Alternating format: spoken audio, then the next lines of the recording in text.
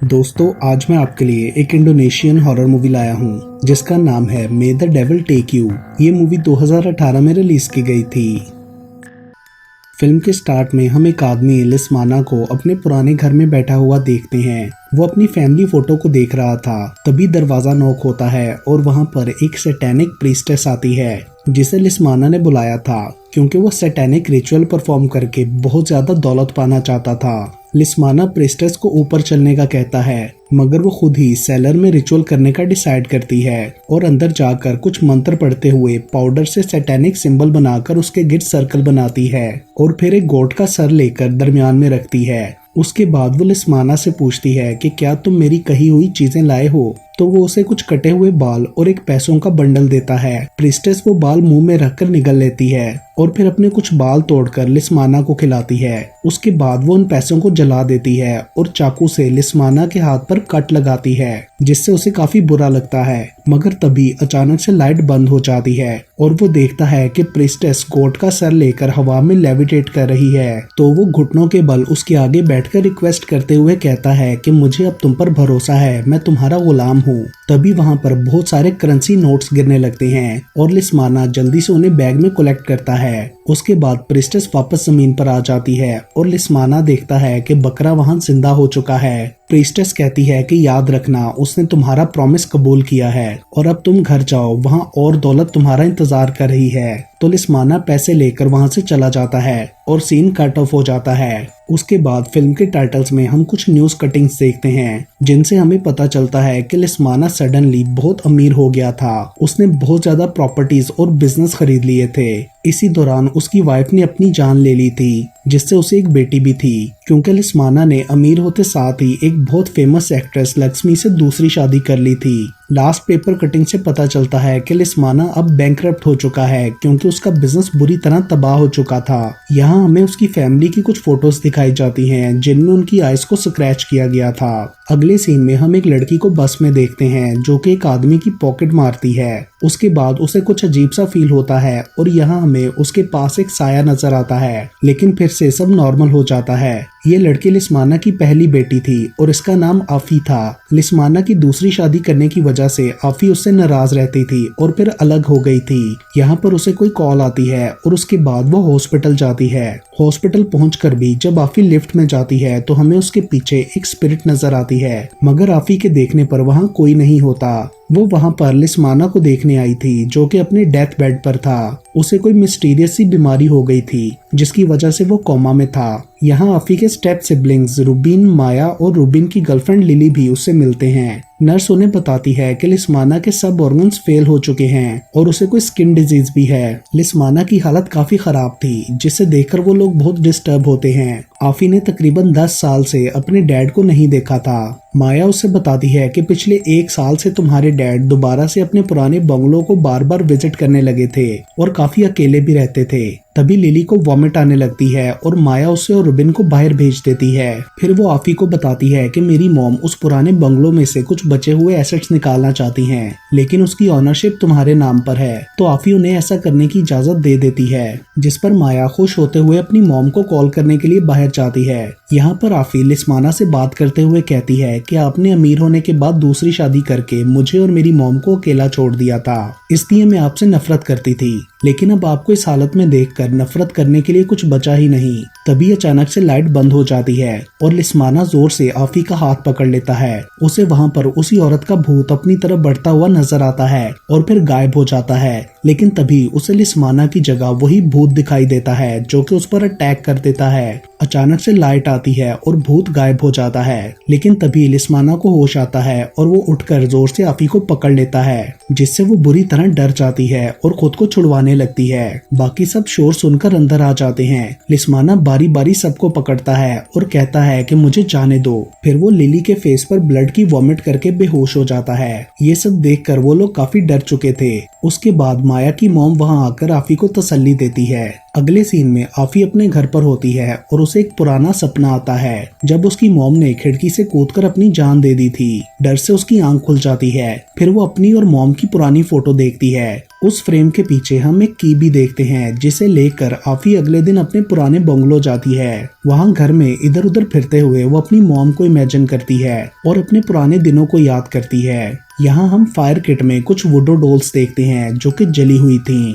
आफी के बाजू पर एक इंजरी मार्क भी था। आगे बढ़ते हुए वो सेलर के दरवाजे के पास पहुंच जाती है जो कि लॉक था और उस पर कटिंग्स लगी हुई थीं जिन पर सिंबल्स बने थे।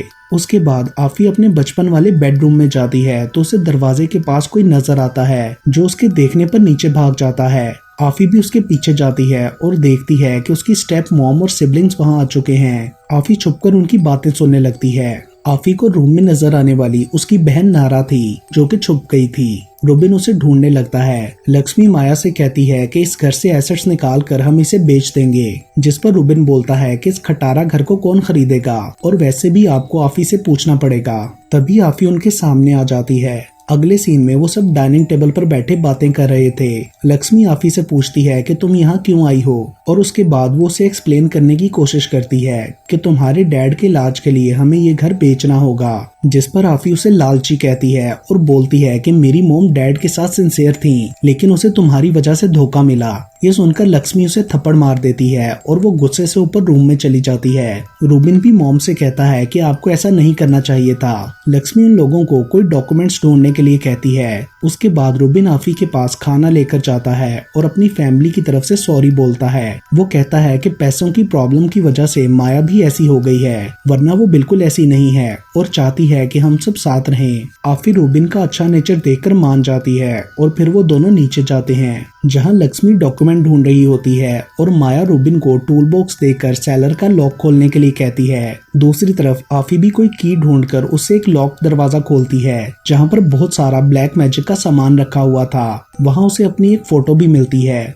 उधर माया ने दरवाजे पर लगे सब पेपर्स हटा दिए थे और रूबिन भी वो दरवाजा खोल लेता है, जिसके खुलते ही अंदर से हवा टाइप कोई चीज बाहर निकलती है जिसका आफी को भी एहसास होता है। फिर वो चीज हमें हॉस्पिटल में लिस्माना के पास जाती हुई फील होती है और उसके वाइटल्स ठीक होने लगते हैं। फिर उसके मुंह से बहुत सारे बाल निकलते हैं जो कि उसके गले से लिपट जाते हैं और यहाँ बहुत ही बुरी तरह से उसकी मौत हो जाती है। उधर लक्ष्मी, रूबिन और माया बेसमेंट में जाने की कोशिश करते हैं। तभी आफी वहाँ आकर उन्हें रोक देती है और बोलती है कि इस जगह पर कुछ गलत है, हमें यहाँ से चलना चाहिए। लेकिन लक्ष्मी उल्टा उस पर गुस्सा होने लगती है। अचानक नारा लक्ष्मी को पीछे की तरफ इशारा करती है। उसे बेसमेंट से कोई चीज आती हुई नजर आती है। वो कोई डिमोनिक स्पिरिट थी जिसने लक्ष्मी का पाँव पकड़ लिया था और इससे पहले कि वो कुछ समझ पाते, स्पिरिट लक्ष्मी को खींचकर बेसमेंट में ले जाती है। आफी और रूबिन उसे पकड़ने की बहुत कोशिश करते हैं मगर वो लक्ष्मी को नहीं बचा पाते। माया भी लक्ष्मी के पीछे जाना चाहती थी। अंदर से अजीब सी आवाजें आ रही थी और तभी अचानक से लक्ष्मी बेसमेंट से निकलकर माया पर जंप कर देती है। उसके मुंह से ब्लड निकल रहा था और वो पोजेस हो चुकी थी। फिर वो माया का बाजू पकड़कर काटने लगती है। आफी माया को बचाने के लिए हथौड़ी से लक्ष्मी को मार देती है, लेकिन क्योंकि वो पोजेस थी इसलिए हथौड़ी को निकालकर दोबारा उठ जाती है। वो सब बुरी तरह डर चुके थे।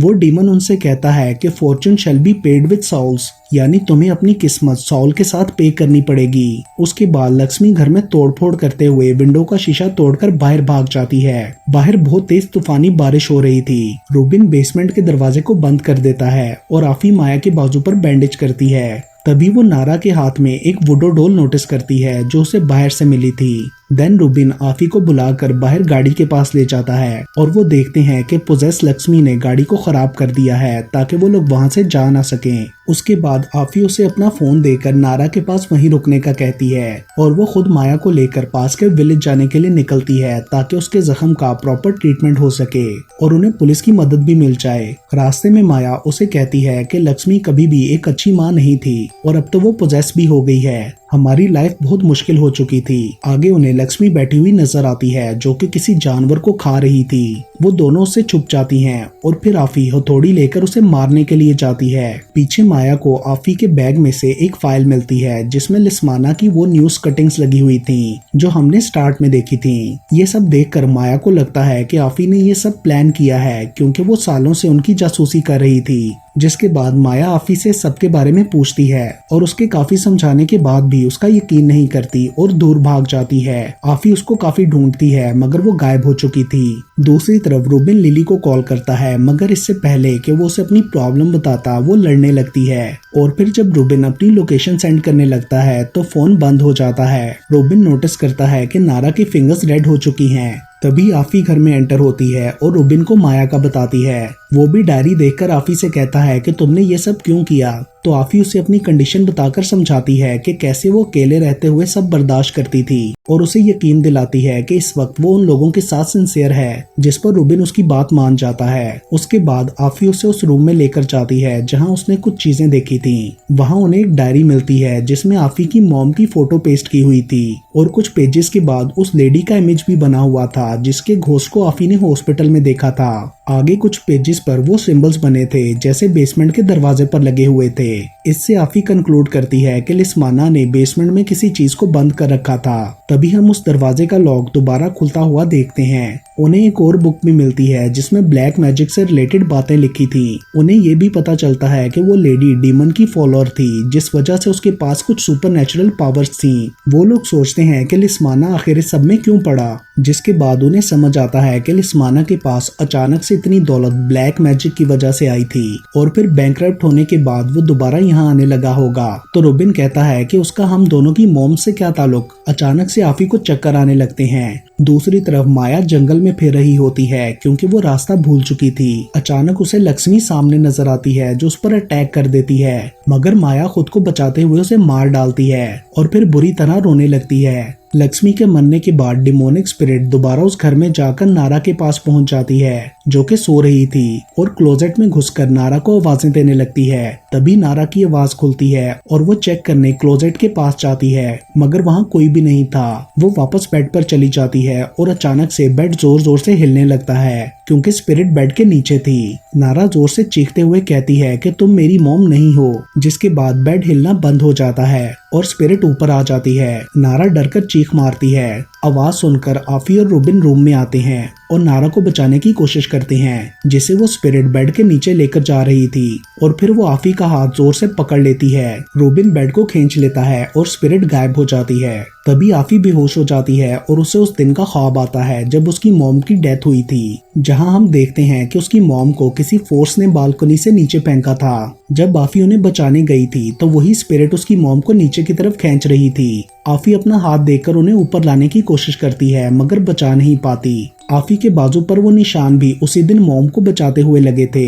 अगले सीन में हम लिली को देखते हैं जो रूबिन को ढूंढते हुए उस जंगल तक पहुंच गई थी। तभी माया वहां आकर उससे पूछती है कि तुम यहाँ क्या कर रही हो। लिली बोलती है कि मुझे रूबिन ने बुलाया है। उसे माया की हालत कुछ ठीक नहीं लग रही थी। माया उसे गाड़ी का दरवाजा खोलने के लिए कहती है लेकिन लिली साइड मिरर से उसके हाथ में हथौड़ी देख लेती है और डोर नहीं खोलती और माया से पूछती है कि तुमने हैमर क्यों उठाया हुआ है। मगर माया कहती है कि मैं तुम्हें रूबिन के पास ले जाऊंगी और अपना फोन देते हुए ये भी कहती है कि तुम रूबिन से बात करके कंफर्म कर लो।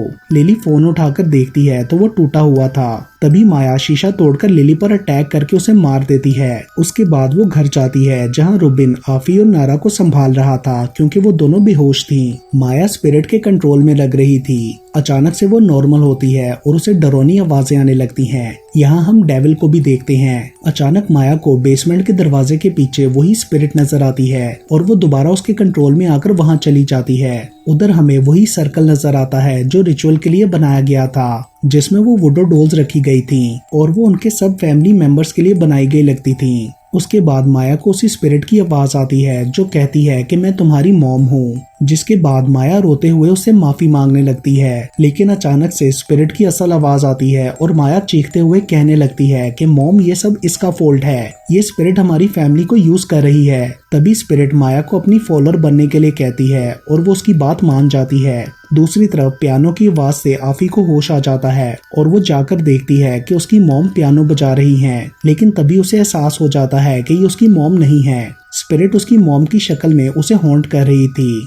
आफी बुरी तरह डर जाती है और फिर जोर से चिल्लाते हुए कहने लगती है कि तुम मेरी मॉम नहीं हो, जिसके बाद उसकी मॉम अपना फेस चीरने लगती है और अंदर से वही स्पिरिट सामने आ जाती है। तभी अचानक से माया आफी के सामने आती है जो कि नॉर्मल लग रही थी, लेकिन उसने वही ड्रेस पहना था जिसमें अभी उसे अपनी मॉम और स्पिरिट नजर आई थी। रूबिन और नारा भी वहां आ जाते हैं। आफी बहुत बुरी तरह डरी हुई थी। अगले सीन में दोबारा रात हो जाती है और वो सब एक जगह बैठे थे। आफी को माया पर शक हो रहा था और वो रूबिन को वहां से चलने का कहती है, लेकिन रूबिन बोलता है कि लिली यहाँ आ रही है और हम उसका वेट करेंगे। आफी नोटिस करती है कि उसका बाजू और नारा के हाथ रेड होते जा रहे हैं। वो रूबिन से कहती है कि वो स्पिरिट हम सबके पीछे पड़ी है, उसने मेरी मॉम को मारा, तुम्हारी मॉम को पोजेस किया और अब वो मुझे और नारा को भी नहीं छोड़ेगी, हमें यहाँ से जाना चाहिए। तभी माया उनसे कहती है कि वो तुम्हें जाने नहीं देगा और फिर वो जोर जोर से हंसते हुए तड़पने लगती है। अचानक से घर की चीजें टूटने लगती हैं और रूम की लाइट बंद हो जाती है। वो लोग बाहर निकलने की कोशिश करते हैं लेकिन दरवाजा नहीं खुलता और फिर उन्हें दरवाजे के बाहर वही स्पिरिट नजर आती है। अचानक से माया वहां से गायब हो जाती है और रूबिन उसे ढूंढने के लिए जाता है और वो उसे एक दरवाजे के आगे खड़ी रोती हुई मिलती है। रूबिन उसके पास जाता है तो अचानक माया की शक्ल उस स्पिरिट में बदल जाती है और वो रूबिन पर अटैक करने के लिए उसकी तरफ बढ़ती है। रूबिन उसे रूम में बंद कर देता है। तभी उसे पीछे बैठी माया नजर आती है जो कहती है कि डेविल को आफी और नारा चाहिए। उसके हाथ में वुडो डॉल्स भी थीं। रूबिन उसे वहां से ले जाने लगता है तो वो बताती है कि मैंने मॉम को और लिली को मार दिया है। फिर वो उसे डेविल दिखाते हुए कहती है कि मैं उसके पास जा रही हूँ, तुम भी मुझे ज्वाइन करो, हम आफी और नारा को उसे दे देंगे।